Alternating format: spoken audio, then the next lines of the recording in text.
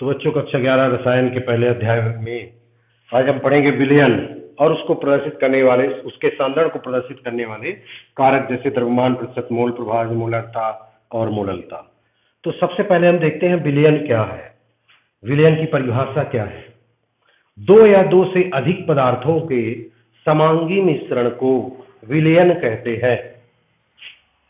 विलयन में जो घटक कम मात्रा में होता है या जो दूसरे घटक में घुल जाता है विलेय कहलाता है, और जो घटक अधिक मात्रा में होता है या जिसमें कोई दूसरा घटक घुल जाता है विलायक कहलाता है। तो विलयन में दो घटक होते हैं, विलेय और विलायक। विलेय की मात्रा, किसी विलयन में विलेय की मात्रा कितनी है इसको व्यक्त करना उसका सांद्रण कहलाता है। जैसे नमक और पानी के विलयन में नमक की मात्रा कितनी है यह व्यक्त करना विलयन का सांद्रण कहलाता है। तो सांद्रण को व्यक्त करने के कई कारक हैं, जैसे द्रव्यमान प्रतिशत। द्रव्यमान प्रतिशत क्या होता है? विलयन के 100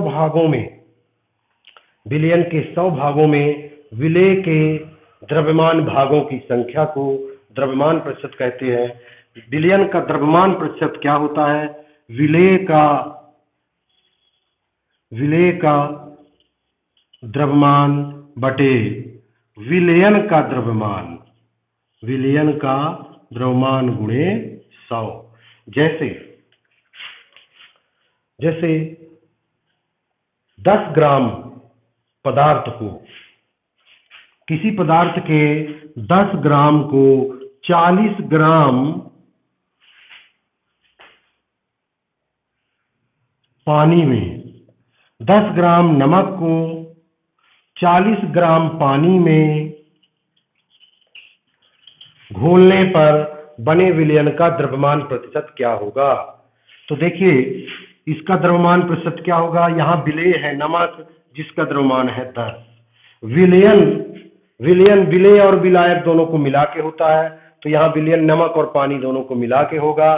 तो नमक और पानी 10 धन 40 बराबर 50, 10/50 गुणे 100। तो देखिए द्रव्यमान प्रतिशत होगा 20%। तो इस प्रकार द्रव्यमान प्रतिशत निकालते हैं। अब हम दूसरी चीज पढ़ेंगे, मोल प्रभाज। तो जैसे विलयन में कई घटक होते हैं, विलेय और विलायक।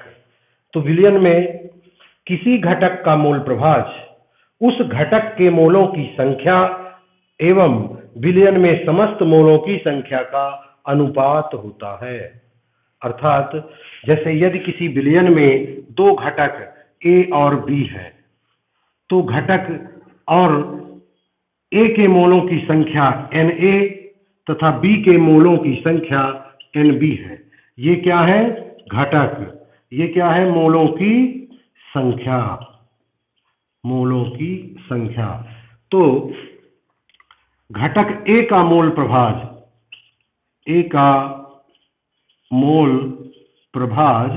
XA बराबर A के मोलों की संख्या बटे विलयन में उपस्थित कुल मोलों की संख्या।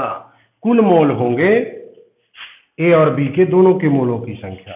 इसी तरह से B का मोल प्रभाज XB बराबर B के मोलों की संख्या बटे कुल मोलों की संख्या।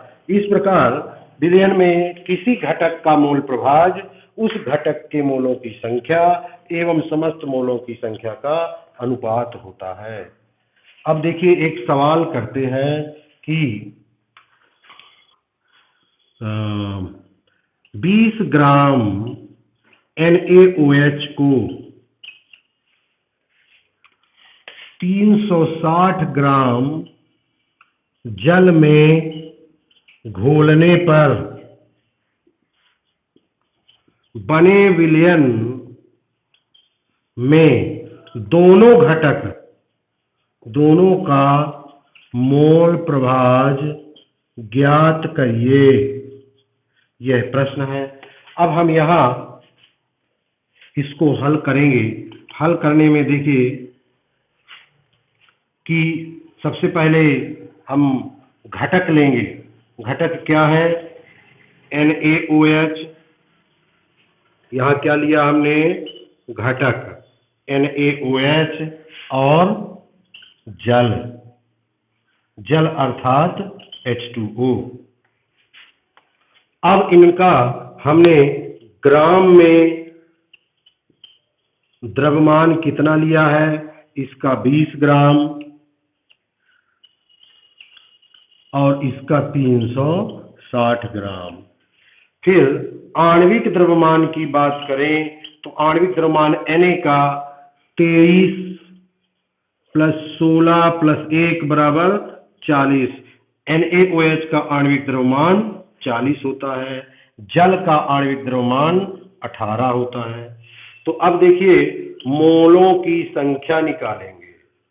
मोलों की संख्या, मोलों की संख्या बराबर होता है, मोलों की संख्या बराबर होता है ग्राम में द्रव्यमान बटे आणविक द्रव्यमान।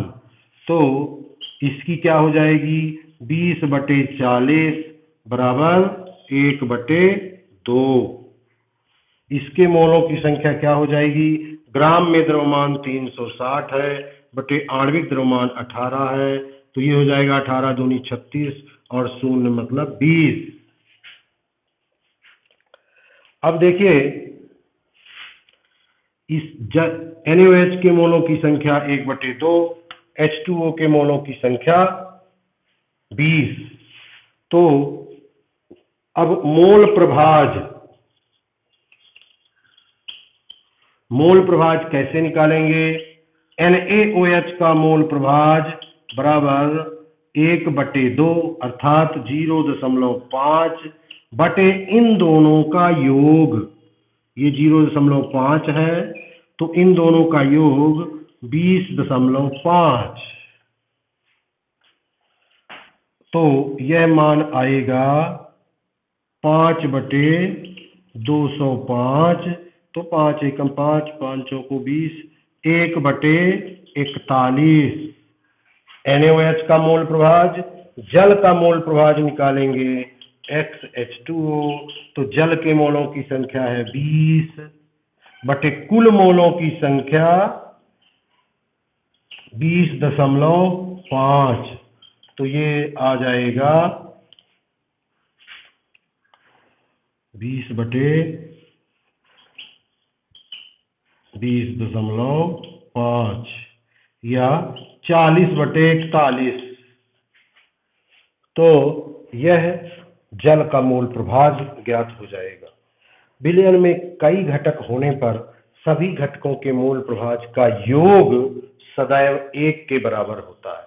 तो यदि एक घटक का मोल प्रभाज आपने निकाल लिया और विलयन में 2 ही घटक हैं तो आप एक में उसको घटाकर दूसरे घटक का मोल प्रभाज भी ज्ञात कर सकते हैं।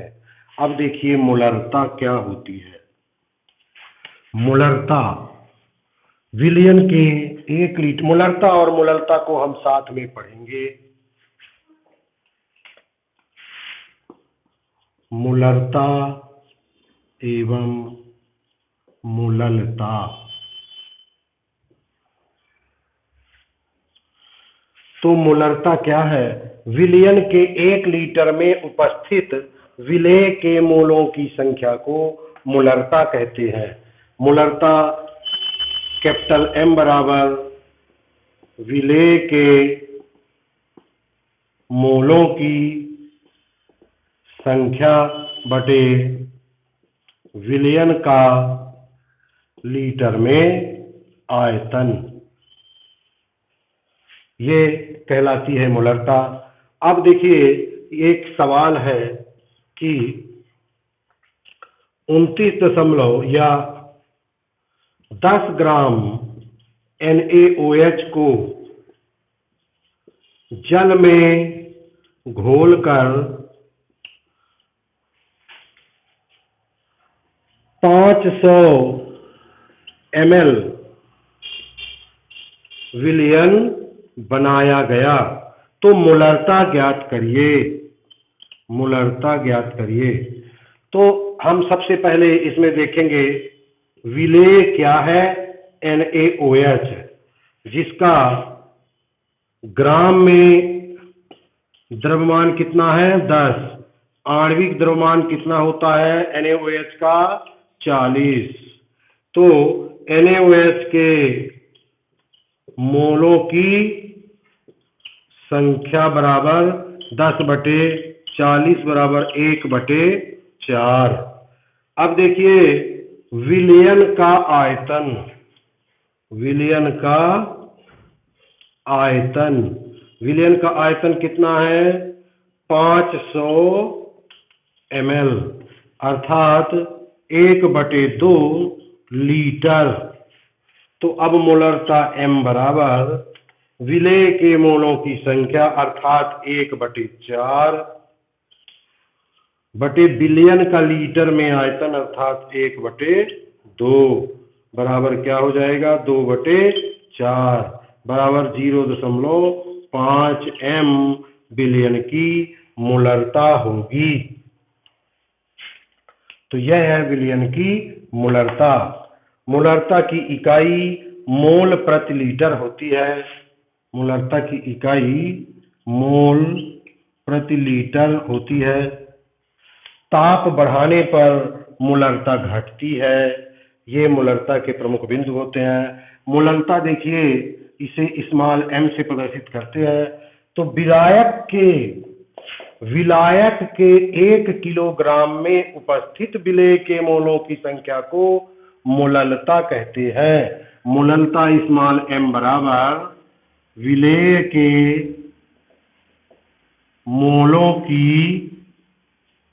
संख्या बटे विलायक का किलोग्राम में द्रव्यमान। अब यदि प्रश्न है कि यही प्रश्न देखें कि जैसे 20 ग्राम NaOH को 250 ग्राम जल में घोला गया तो मोललता क्या होगी? अब देखिए यहाँ विलेय जो NaOH है इसका ग्राम में द्रव्यमान है 20, आणविक द्रव्यमान है 40। तो मोलों की संख्या होगी 20/40 बराबर 1/2। अब विलायक, यहाँ विलायक चाहिए, इसमें विलयन चाहिए, इसमें विलायक चाहिए। तो विलायक का द्रव्यमान बराबर 250 ग्राम बराबर 1/4 kg। तो क्योंकि किलोग्राम में द्रव्यमान चाहिए तो मोललता बराबर विलेय के मोलों की संख्या बराबर 1/2 बटे विलायक का किलोग्राम में द्रव्यमान बराबर 1/4। ये हो जाएगा 4/2 बराबर 2 मोल 2 m या 2 मोल प्रति केजी। तो आप देखिए कि ये है मोलरता और ये है मोललता। इसे कैपिटल M से प्रदर्शित करते हैं, इसे स्मॉल m से प्रदर्शित करते हैं। ये विलेय के मोलों की संख्या बटे बिलियन का लीटर में आयतन होता है। ये विलेय के मोलों की संख्या बटे विलायक का किलोग्राम में द्रव्यमान होता है। ये इसकी मोल प्रति लीटर होती है इकाई, इसकी मोल प्रति केजी होती है। ताप बढ़ाने पर मोलरता घट जाती है, लेकिन ताप परिवर्तित करने से मोललता में कोई परिवर्तन नहीं होता।